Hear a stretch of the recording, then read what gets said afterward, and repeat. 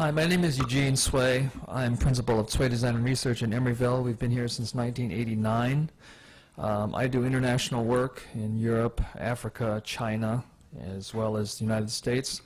I'm also happen to be the sole elected president of the PFA at Emeryville High School, and have worked with a number of engineers in the Emeryville area as well as in San Francisco on international projects and local projects. I have a particular interest in this project because I think that the bridge could be something far more than what we have looked at in the past. And I'll put it this way, that if you had a chance to create a project that paid homage to the past as well as create a vision for the future of Emeryville, and became a work of art or a destination in itself, what would that object look like? Also, could this bridge be more than just a pedestrian or bicycle walkway? Could it also be a historical and educational tool for the citizens and for the visitors to our area? And could it also be a opportunity for us to set a new precedent for the city of Emeryville? I go to so many of these hearings, and I hear people comment on how our buildings are quite boring in Emeryville. They're sick and tired of having another boring building.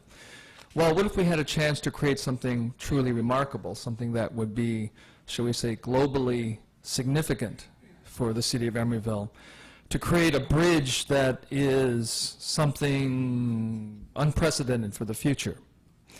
So I started thinking about this, and for those that aren't familiar, can I use the overhead? Sure. This way? It's 15 cents a page. I'm also a Watergate resident, and I see many of my fellow residents here. Here's what we're talking about, this area. This is the future Horton Park and the Bay shopping area. And we're crossing the railroad tracks, which are about 200 feet long. And what I came up with initially is this design, which in plan resembles a seashell, which I thought was quite appropriate since the human beings that resided here way before we did thrived on a seashell culture and on marine life. And so what this is a bridge that is much more than a bridge.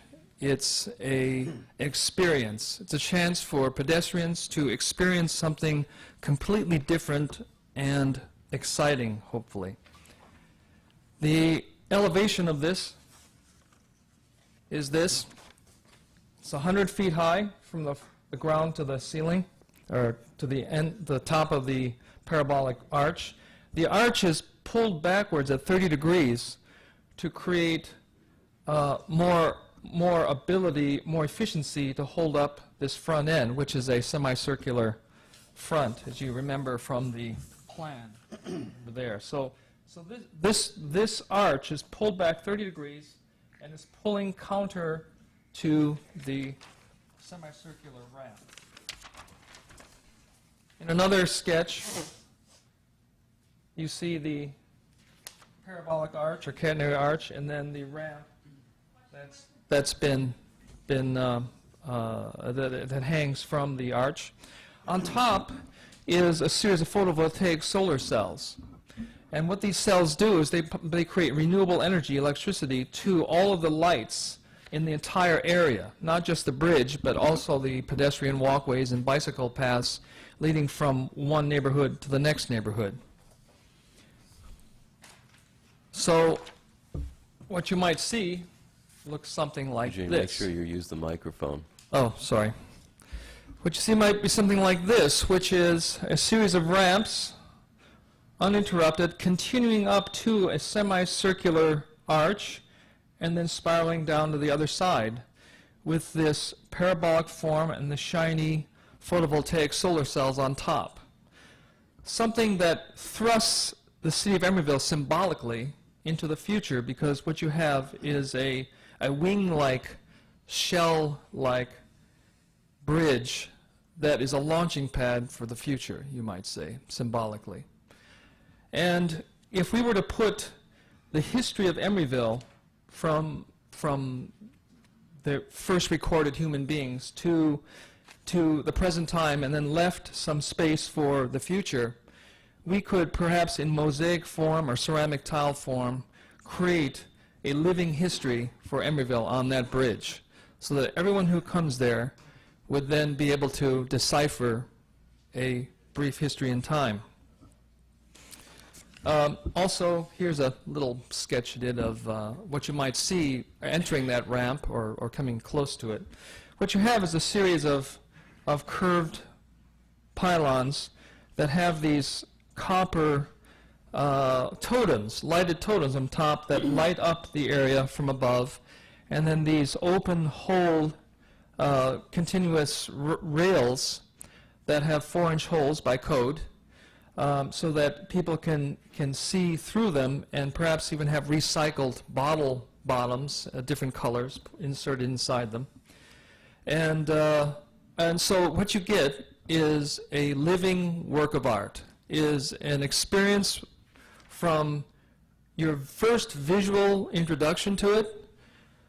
You walk up through it, around it, and down to the other side, and you get the entire history of Emeryville in one walking. You also get an experience of the future. There's nothing like this bridge that I know of today. It uses a special kind of angled 30-degree angled parabolic arch system. I work with some of the best, well, some of the most accomplished engineers in the world, and they're absolutely satisfied that this will work. And in fact, we actually did a cost estimate, and it would come well within the $7.5 to $8.5 million to create it. Really? Really. And so you have renewable energy, you have the history of Emeryville, you have a work of art, you have a vision of the future, and you have something that's unlike anything else in the world.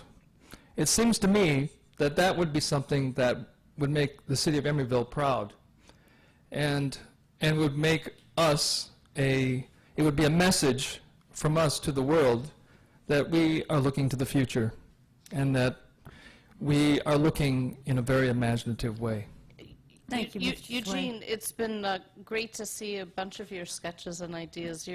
Your creativity knows no bounds, it seems.